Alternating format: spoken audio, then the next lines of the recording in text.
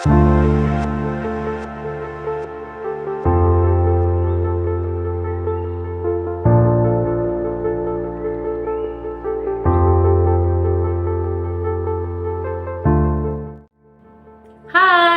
saya Hana Florensitorus, calon guru penggerak angkatan ke-8 dari SD Kristen Harapan Bangsa, Balikpapan.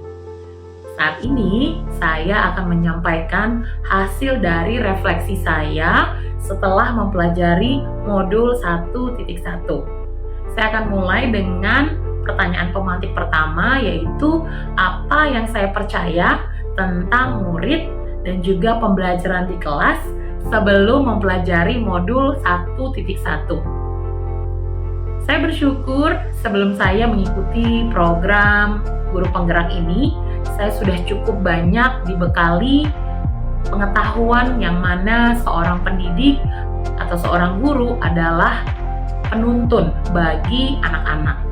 Guru atau pendidik adalah orang yang membimbing anak-anak dalam proses pembelajaran di sekolah, yang mana proses pembelajaran itu haruslah berpusat pada siswa sampai akhirnya anak-anak memiliki karakter mulia dan juga meraih harapan dan juga cita-cita mereka.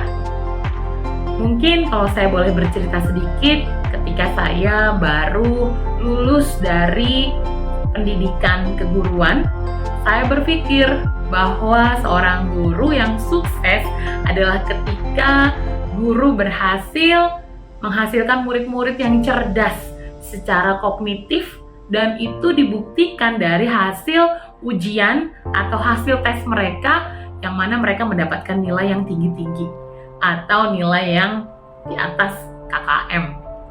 Saat itu pemikiran saya seperti itu, dan juga saya berupaya agar anak-anak didik saya mendapatkan nilai yang baik, yang bagus.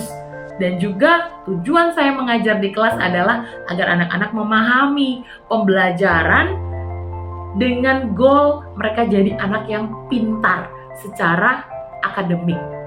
Dan ini cukup membuat saya sedikit menjadi guru yang galak, karena saya memaksakan mereka harus memahami dan mengerti apa pembelajaran yang saya berikan kepada mereka. Ini dulu pemikiran saya. Lalu sebelum mempelajari modul 1.1, saya juga cukup asing dengan istilah kodrat alam dan juga kodrat zaman. Di mana dulu saya berpikir setiap siswa selama dia ada di Indonesia, ya mereka harus mendapatkan pendidikan yang standarnya sama. Pengajarannya harus sama, apa yang mereka dapatkan harus sama.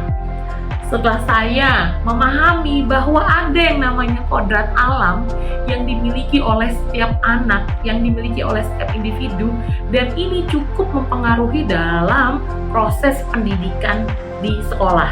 Tentu saja ini sangat berpengaruh karena kondisi alam, latar belakang, kearifan lokal, sosial budaya dari setiap anak-anak di setiap wilayah pasti berbeda antara satu dengan yang lainnya. Tentu saja dengan kearifan lokal masing-masing, karakteristik masing-masing, pembelajaran tidak bisa disamakan.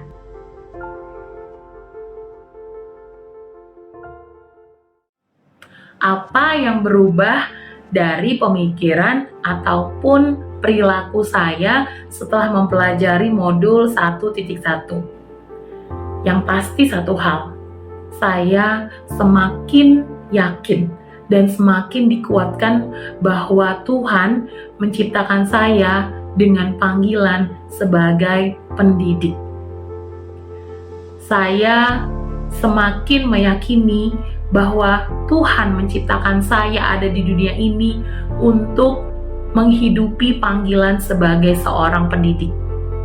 Saat ini saya menjabat sebagai kepala sekolah di SD Kristen Harapan Bangsa, dan saya ingin mengajak semua rekan-rekan guru yang ada di Harapan Bangsa untuk terus menghidupi filosofi dari Bapak Ki Hajar Dewantara dan mempraktekannya kepada anak-anak didik yang dipercayakan berada di Harapan Bangsa.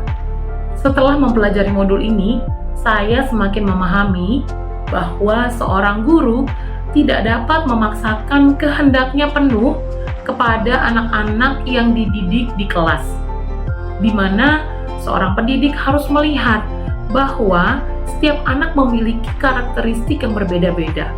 Setiap anak memiliki gaya belajar yang berbeda-beda, di mana semuanya tidak dapat disamakan.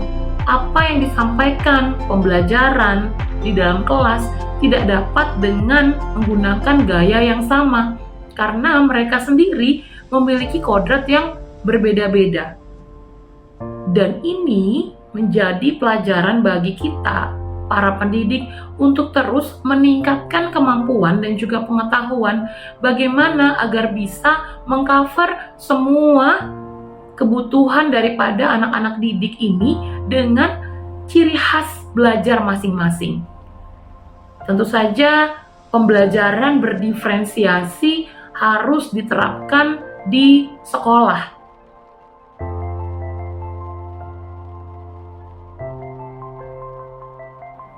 Apa yang dapat saya terapkan di kelas agar sesuai dengan pemikiran Bapak Ki Hajar Dewantara?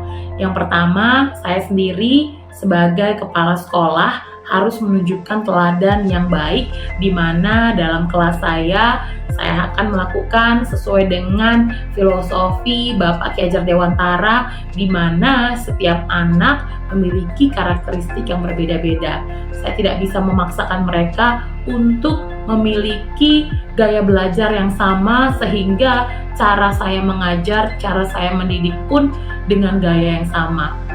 Melainkan saya harus menerapkan pembelajaran berdiferensiasi di kelas, sehingga itu mengakomodir semua gaya belajar peserta didik yang ada di kelas saya. Yang berikutnya adalah tentu saja sebagai seorang kepala sekolah, saya akan mengajak seluruh guru dan juga pendidik yang ada di Harapan Bangsa untuk kembali merenungkan dan juga menghidupi filosofi dari Bapak Ki Hajar Dewantara. Saya percaya bahwa rekan-rekan yang ada di Sekolah Harapan Bangsa, rekan-rekan pendidik, para guru sudah memiliki hati bagi anak-anak didik, yang mana ini adalah sebagai panggilan yang Tuhan percayakan kepada kami di sekolah ini. Dan saya rasa Bapak Ibu guru yang saya pimpin akan cepat memahami terkait dengan filosofi dari Bapak Ki Hajar Dewantara.